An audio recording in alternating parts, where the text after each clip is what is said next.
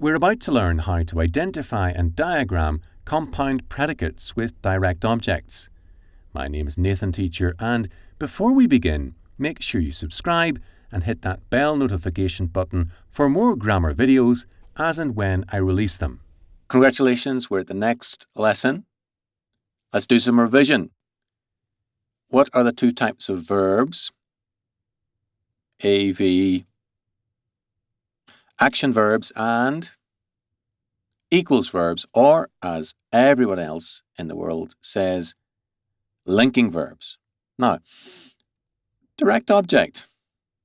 How do we identify the direct object, or what is the direct object's function? The direct object receives the action of the verb. All right, very good. We can find the direct object by asking subject, verb, what? Subject, verb, what? Let's have a look at a couple of sentences. Oh, I baked cookies and fought killer penguins. What we have here is a compound predicate with two action verbs, baked and fought, each with their own direct object. So let's see how this is going to work out. Let's have a look. As before, we have a compound predicate and we must split up the baseline. Let's begin with our baseline. Baseline. Predicate line. All right, let's split this up. Bum, bum. Bada boom, bada bing. There we have direct object. What does a direct object do? It receives the action of the verb. I baked, what received the action of baking? Cookies. I fought, what received the action of fighting? The penguins. Good. Now, how do we identify the direct object? We ask subject, verb, what? Subject, verb, what? Subject, verb, what? I baked what? I baked cookies. I fought what? I fought penguins. All right, let's do this. I baked cookies. Do we remember how to diagram the direct object? That's right, with a direct object line, which divides the subject from the direct object. It's vertical, and it does not intersect, but it rather touches, simply touches the baseline. I fought what? I fought penguins.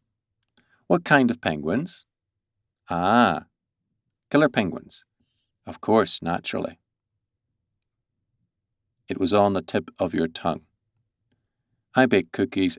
One thing's missing. What's the relationship between the top predicate, the top verb, and the bottom verb? Well, it's expressed in a special type of word, which is called that's right, a conjunction. I baked cookies and fought penguins. Killer penguins, in fact. Let's look at the second one. She ran the 100 meters and played hockey for my school. Excellent. So, who ran and played? She ran. She is the subject. Predicate is the rest of the sentence. Ran and played. We have the and here, two verbs. Ran, played, both action verbs. So let's begin to diagram this out. Starting with the baseline. She ran. She played. Okay. What's missing here? The predicate line. Subject, predicate.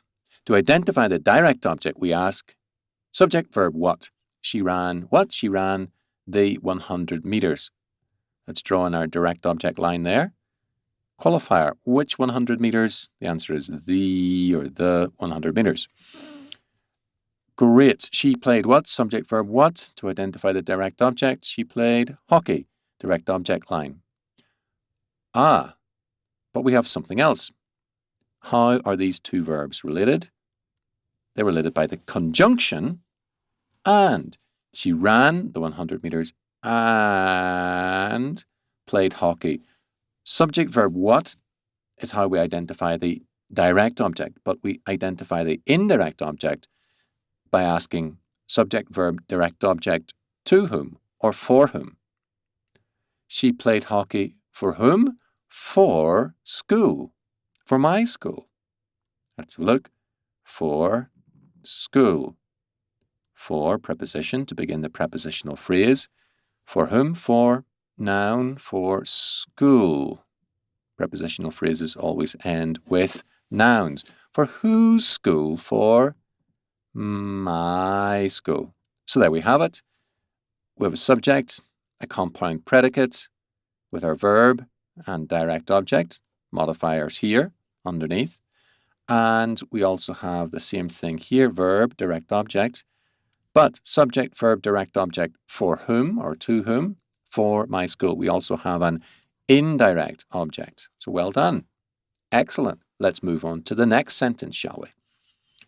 Okay, wow, this is a great sentence. The woman knitted gloves and chewed sweets. Wonderful. The woman knitted gloves and chewed sweets. Who knitted gloves and chewed sweets? Subject, the woman. Knitted gloves and chewed sweets. The rest of the sentence is our predicate. There are two verbs. These verbs are joined by the conjunction and. Let's diagram this up, shall we? Subject, women. Baseline, predicate line. Split baseline, 1 and 2. Which woman? Answer, modifier, the, article, determiner. Women, let's just join those. They're joined together there somehow. Pardon me. Subject, verb, what? To identify the direct object. Subject, verb, what? Women knitted what? Women knitted gloves. Direct object line. Subject, verb, what? Answer, women knitted gloves. Gloves is our direct object. Subject, verb, what? Women chewed what? Women chewed sweets. Sweets is our direct object, verb. Now, how are these two verbs? How is the compound predicate related to each part? By the conjunction and. Let's draw and in there. Knitted gloves and chewed sweets. Isn't that wonderful? Doesn't that fill your heart with joy? Well, I hope it does. And compound predicates with their own respective direct objects, and sometimes even an indirect object as well. Pretty nice, eh? Okay, well done. I mean it, well done. Thanks for watching. This video was part of a course that normally costs $29.99 at udemy.com. But click the link below and you get the course for only $9.99, a 66% saving. The course has all the exercises you need to master basic sentence diagramming and sentence grammar. So, click now for lifetime access with a 30-day money-back guarantee.